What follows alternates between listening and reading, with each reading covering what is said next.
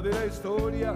Quien quiera oír, que oír. De la ve a la cámara cuando va pasando el 147, el patrullero casi pegadito.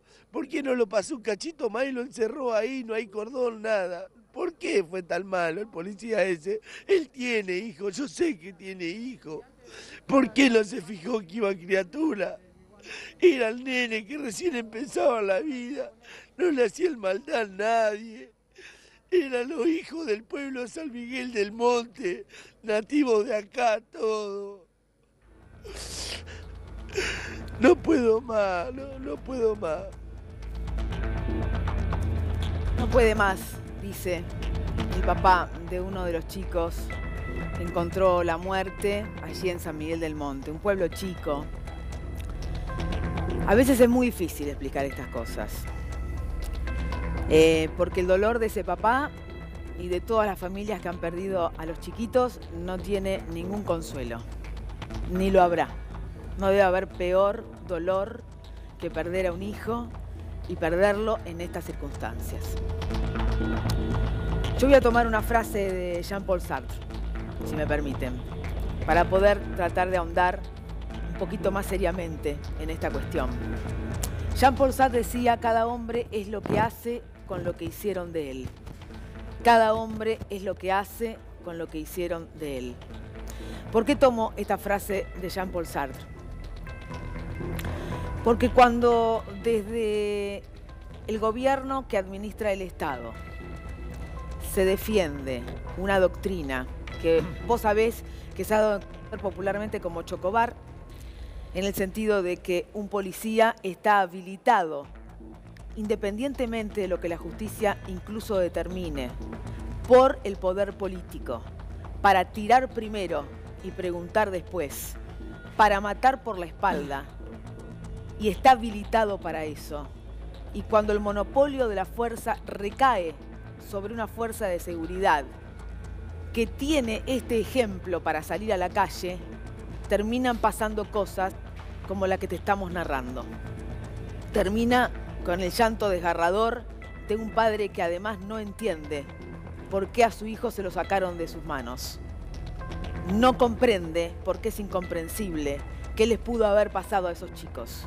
Cómo una persecución policial termina con disparos en un pueblo donde todo el mundo se conoce, donde no se estaba buscando a un delincuente, donde la familia misma dice hace unos días o unos meses, la misma policía que termina persiguiendo los había parado al dueño del automóvil, al joven dueño del automóvil, para pedirle una coima de 4.000 pesos. Y que quizás, especula, tiene como hipótesis la familia, se vio otra vez apurado por esa misma policía y pensó: otra vez me van a terminar pidiendo plata. Entonces quizás avanzó, siguió en ese camino y terminó encontrando junto a sus acompañantes la muerte. Rápidamente, claro, primero se trata de intendentes, policía, funcionarios, tratan de ver cómo esquivan el bulto. Entonces terminan diciendo que no había habido tiros, sino que hubo una persecución, no pararon, bueno. Después admiten que sí hubo tiros. Después se separa a los 7 policías. Pero el tema de fondo, que ojalá esto encuentre justicia y sepamos quiénes fueron todos, el tema de fondo es que hay un poder político que avala una conducta policial. Entonces, este es el caso que nos conmociona, porque viste en todos los canales de televisión a esos papás llorando. Pero hoy mismo hablábamos con Correpi y nos decía, hay otros casos similares que no tienen la difusión. Uno en zona norte o en distintos lugares se están registrando hace unas horas de balas que dan en los cuerpos por la espalda por parte de fuerzas de seguridad. Entonces, cuando te tratan de decir que esto es lo bueno, cuando la ministra Bullrich dice la doctrina de tirar primero y preguntar después, es lo que decimos nosotros. La ministra defiende porque dice que hay que revertir la culpa, que es una sociedad acostumbrada a que la culpa vaya sobre la policía y no sobre el delincuente. Lo que ella no entiende es que cuando se está amparando la doctrina Chocobar, mueren inocentes y no se mata a un delincuente por la espalda. Así no se soluciona el problema del delito, ni en la Argentina ni en ningún otro país. Porque está probado que eso lo único que hace es incentivarlo. No podemos permitirnos tener policías o integrantes de la fuerza de seguridad que actúen de esta manera. Pero insisto, es muy difícil encontrar un camino de solución cuando desde el máximo poder político se lo ampara. Eso es lo que ha pasado con este caso. Que aunque tengamos a los policías todos presos, a esos chicos nada les devuelve la vida, a esos padres tienen su vida trunca definitivamente. ¿Qué explicación le va a dar un funcionario? ¿Qué explicación le va a dar un funcionario? Ninguna. Salvo estas, ¿no? Que pasan un día, vos crees que le pasa a otro y un día te pasa a vos. Y ya es irreversible. Bueno, eso es lo que nos está pasando, señoras y señores. Tengo, por supuesto, otros temas. Néstor, primero quiero ahondar un poquito, Néstor. Buenas noches. ¿Qué tal? Buenas noches. Rosario, la única sobreviviente, una joven de 13 años, una nena de 13 años, está debatiéndose a esta hora entre la vida y la muerte. Sí. Han tenido que realizar una intervención para drenarle un pulmón. Está en estado realmente grave y su pronóstico es reservado. Además de esto, lo que se está debatiendo, se empieza a debatir ahora, y es insólito porque estamos hablando de 4 muertes de jóvenes y de niños. Según la UNICEF, toda persona menor de 18 años es un niño. Aquí hay 3 niños que han muerto. Lo que se está discutiendo es qué encuadre jurídico se le va a dar a esto, porque por ahora no lo tiene claramente. Está probado que al menos una de las 4 víctimas mortales recibió un impacto de bala en un glúteo. Esto prueba que ha habido disparos y que esos disparos no salieron de ninguno de los que estaban a bordo de ese automóvil, que en definitiva lo que vino fue de una persecución. El disparo está de atrás hacia adelante. En algún momento se habló, la versión oficial de la policía fue que esa persona que se ve asomando su cuerpo hacia la derecha del automóvil, con medio cuerpo afuera y apuntando hacia adelante, la versión oficial es que lo que tenía en la mano era una linterna para iluminar la patente del vehículo. Parece casi burlesco, si no fuera trágico, porque 4 personas muertas y una que está debatiéndose entre la vida y la muerte. Eso que estaba en la mano, la excusa de que era una linterna, es casi tan ingenua como la del nieto de Patricia Bullrich. En ese contexto, lo que hay que entender es que todas las políticas represivas hasta ahora no han dado resultado, ni esta de la doctrina Chocobar, ni la otra de que quien quiera pueda andar armado, porque de hecho hay 2 personas muertas a 20 metros, 30 metros del Congreso de la Nación. Así es. Voy a darle la bienvenida al doctor Félix Cruz y a la doctora Natalia Salvo. Gracias por venir a ambos. Doctor Cruz, ¿cómo se puede traducir esto? Digo, ¿qué explicación hay y por qué estamos inmersos otra vez en una doctrina Chocobar, por ejemplo? Sí, la doctrina es una exageración. Me parece que hace mucho tiempo que nosotros escuchamos justificaciones a este tipo de actos. Ahora estamos todos muy impactados porque la posibilidad de grabar estos hechos con las videocámaras que están instaladas hasta en el pueblo más pequeño nos permiten ver la barbarie casi en directo y registrarla en sus minucias. Pero la verdad es que esto es sintomático de un estado de degradación muy importante de la fuerza de seguridad y un problema endémico de la policía bonaerense, que sería injusto inclusive atribuirlo solamente a la actual gestión de la seguridad de la provincia de Buenos Aires. Pero lo que sí está claro es que cuando uno conduce desde el poder político la seguridad con una postura y con un discurso de cowboy, habilita a todos los loquitos que están dando vuelta en la fuerza de seguridad a este tipo de conductas. En las policías está muy estudiado que ya no existe la vocación policial, digamos.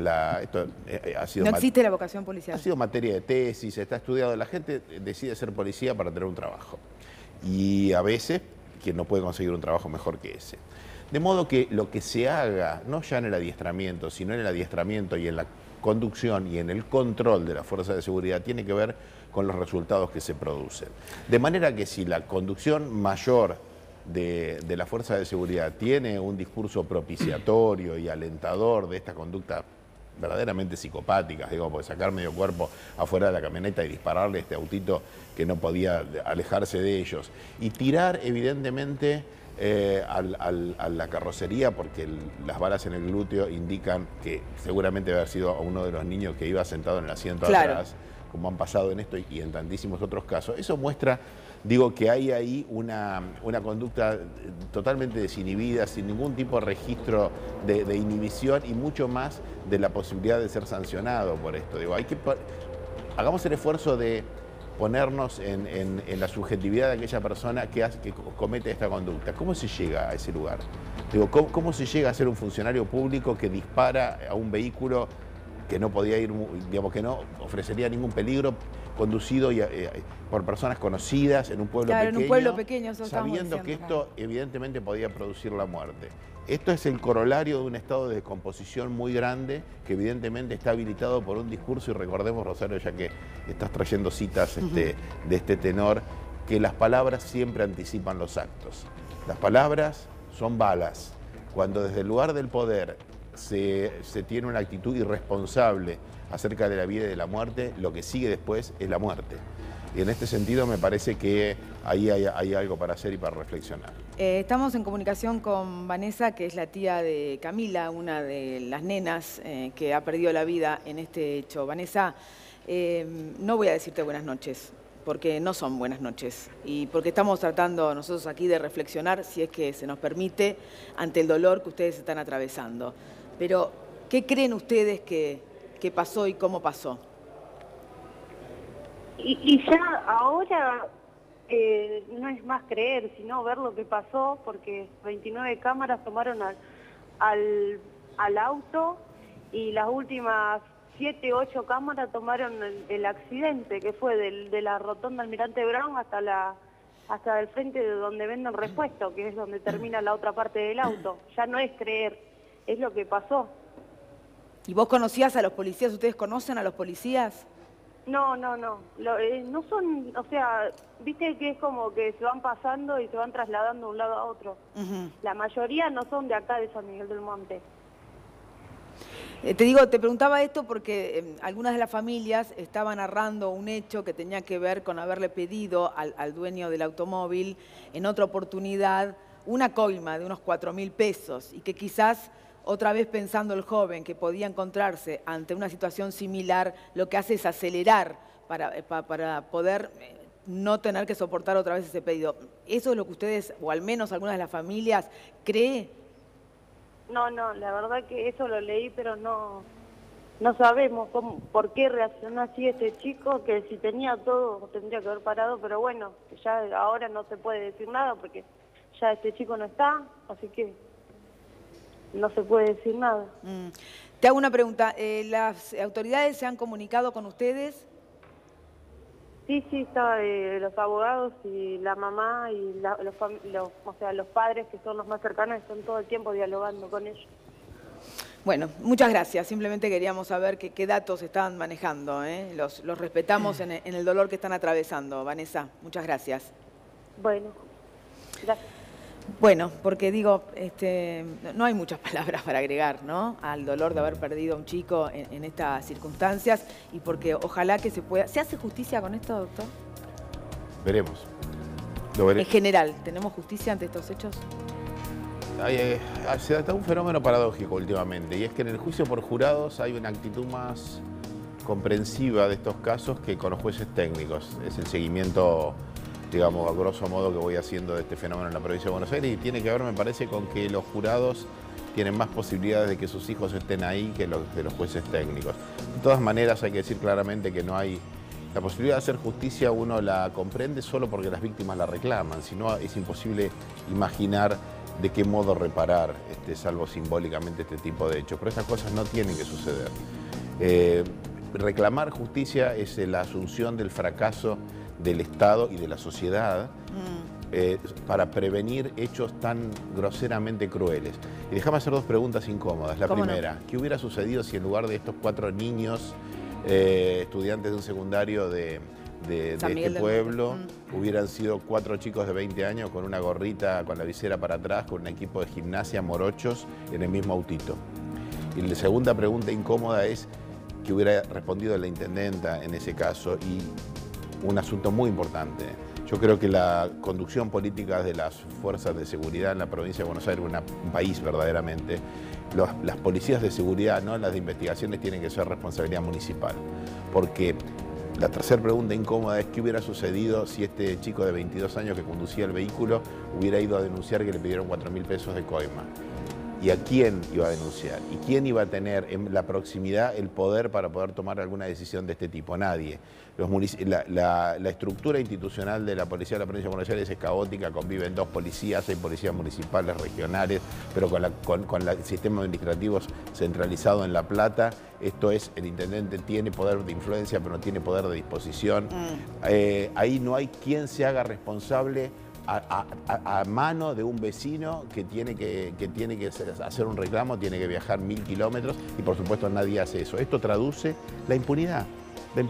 La impunidad de los curas abusadores que son trasladados a otro país, otra región, la impunidad de los policías bonaerenses que son trasladados a otra punta de la provincia de Buenos Aires, y son seres anónimos y de pasos en una ciudad donde cuando llegan a otro lugar nadie sabe quiénes son y pasan estas cosas. Bueno, tenemos varios temas para hablar esta noche.